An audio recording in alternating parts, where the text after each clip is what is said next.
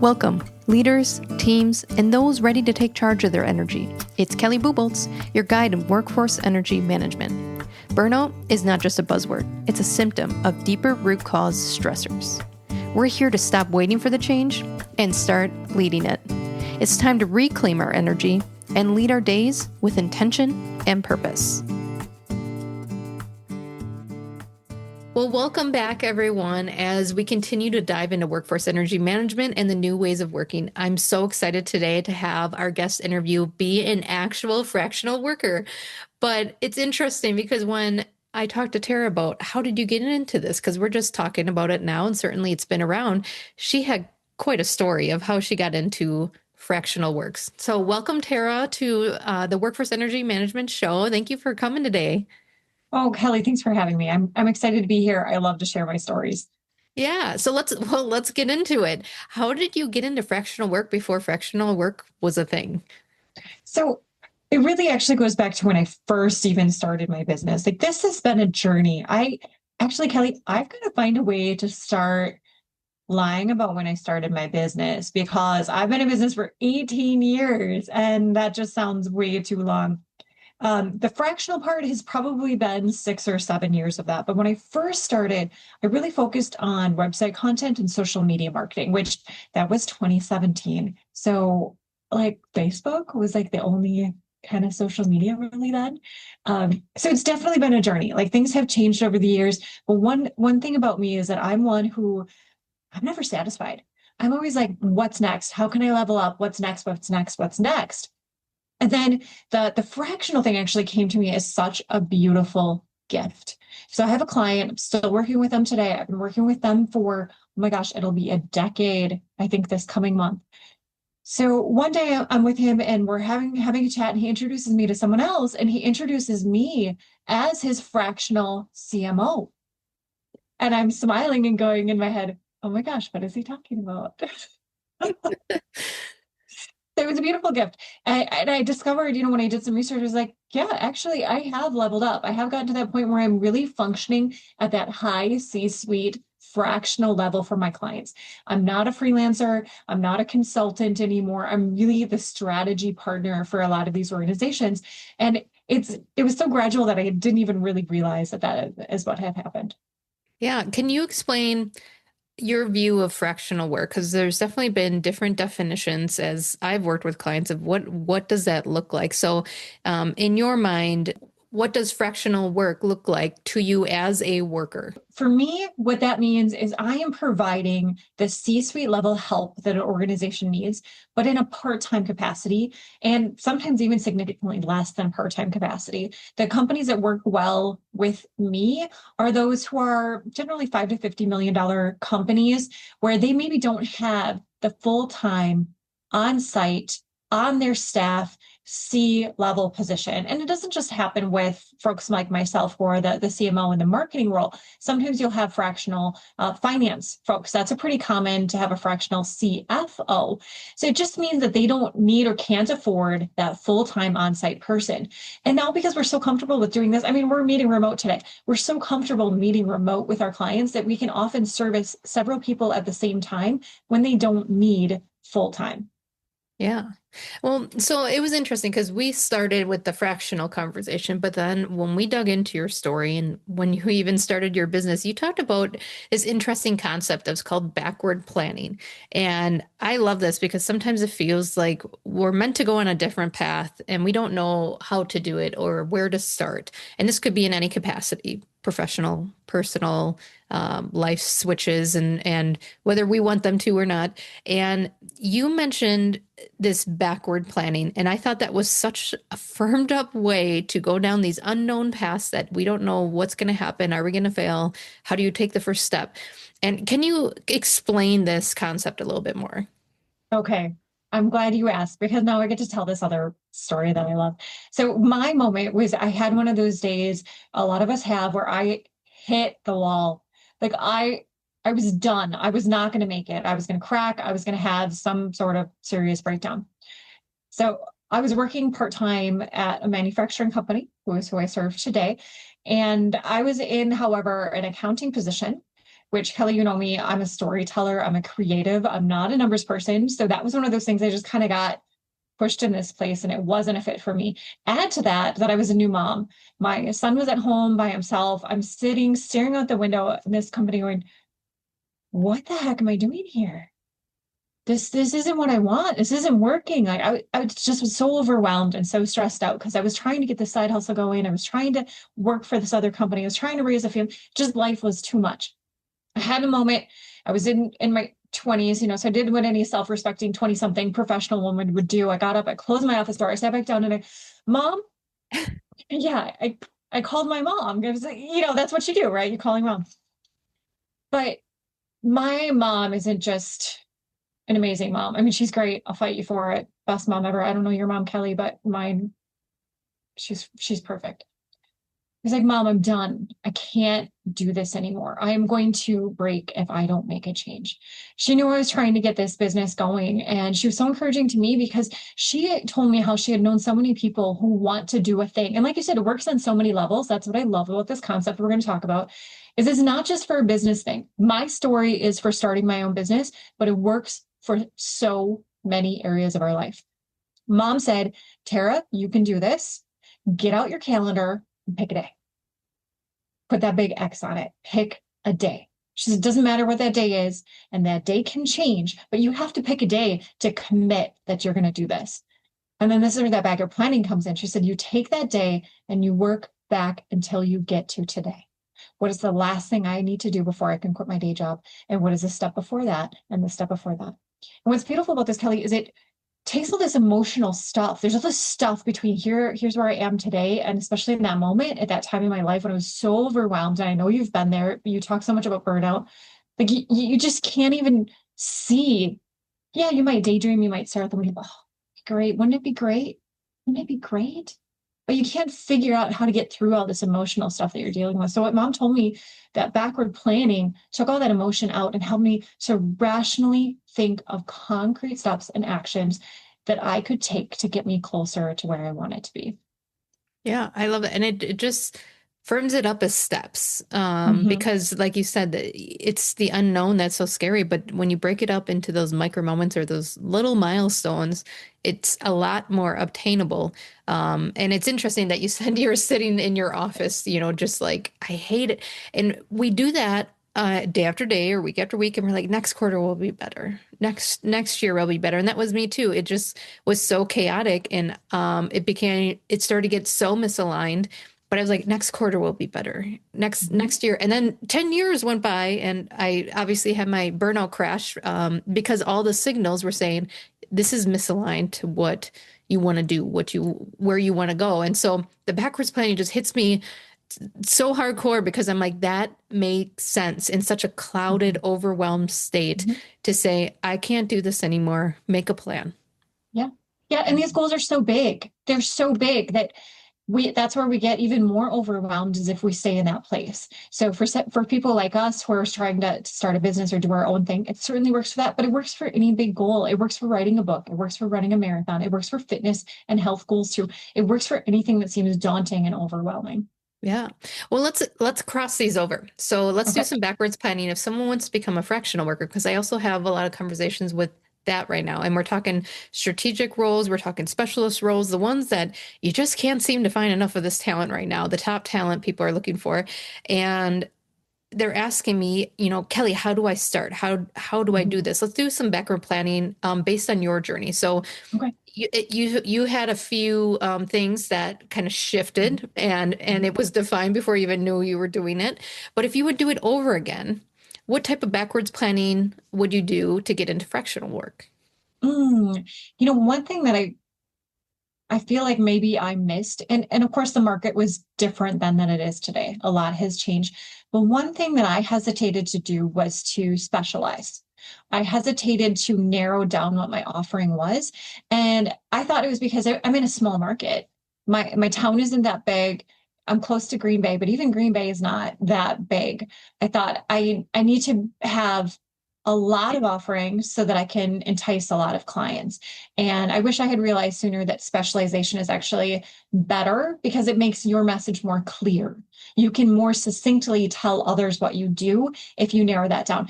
It's so funny that we're having this conversation today because earlier today I met with a woman who does very similar work to what I do, and she wants to go fractional as well. And she was telling me in her journey that she has worked a lot in finance, and then she kept going, and she's like, "But I'm also thinking about maybe doing real estate and maybe doing property man." And I'm like, hold on.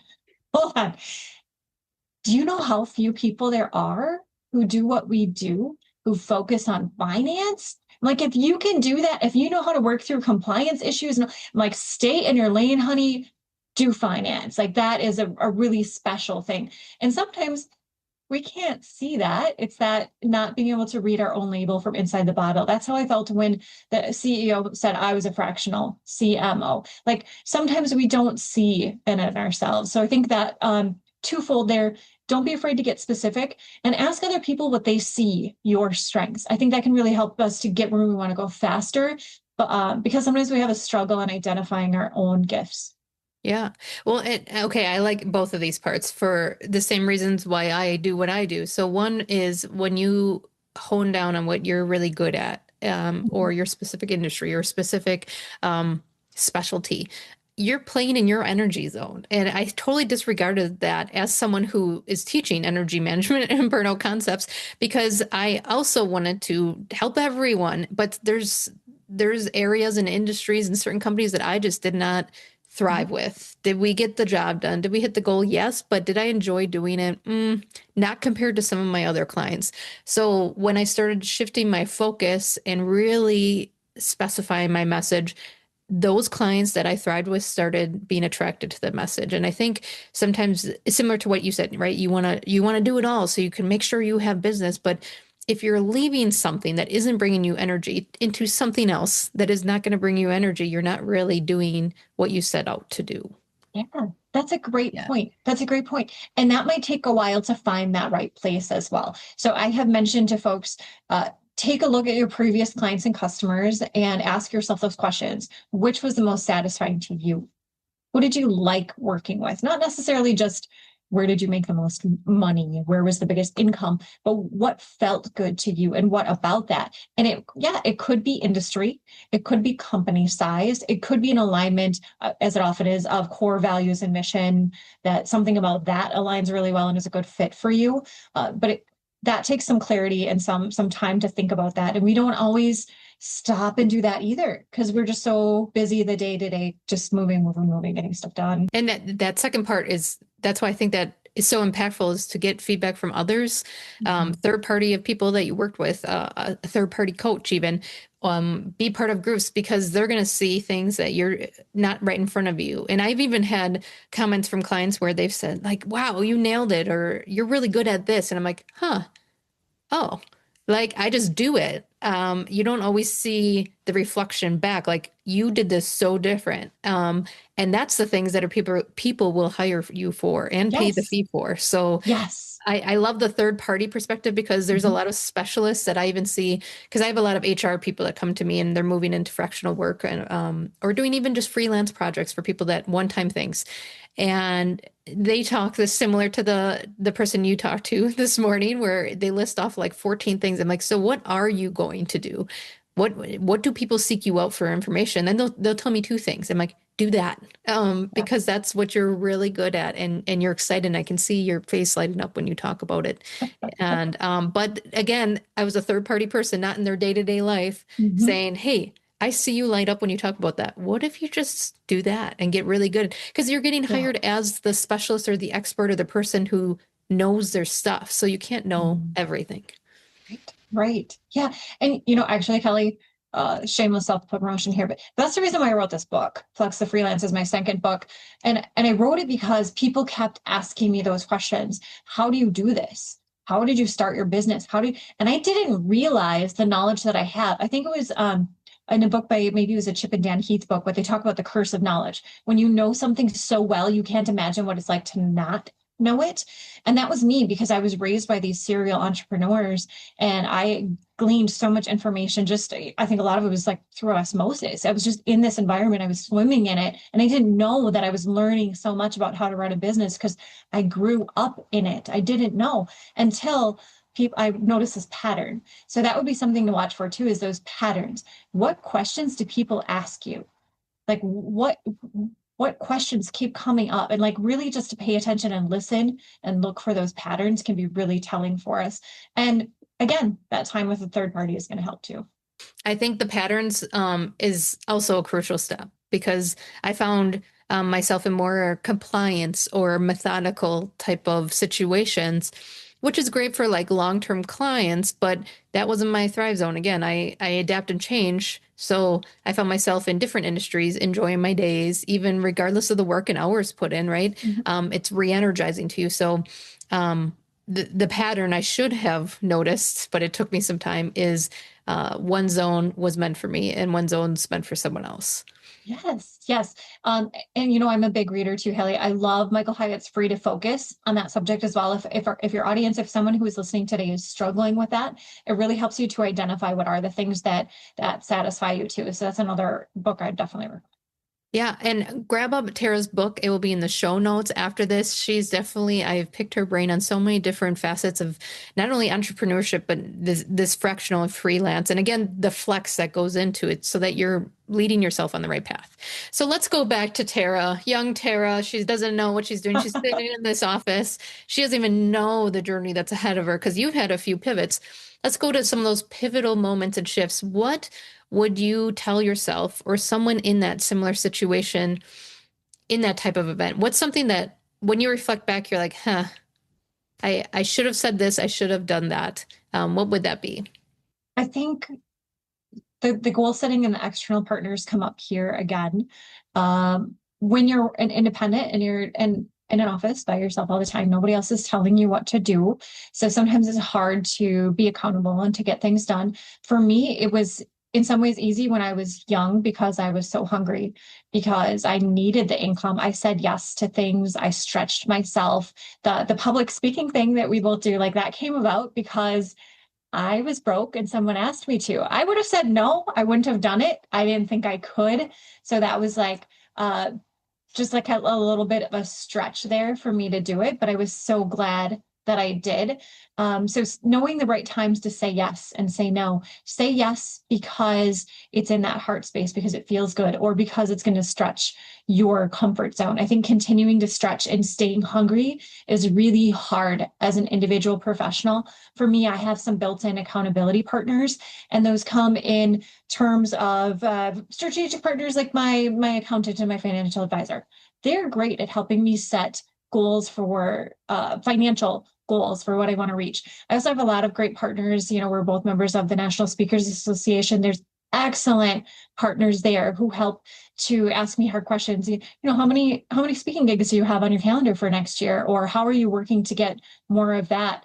I have a gentleman I met with last week. We're going to check in again in a month, and he's going to ask me about how I'm doing on my next book because I asked him to, because I need accountability to keep me moving forward. I'm very much naturally a forward thinker, always striving, always reaching for more, but I don't want to become complacent. I don't want to drift, and I don't want other things to pass me by. And sometimes it gets harder as you progress further in your career. I look at what I made last year and the year before, and I'm like, it's all right.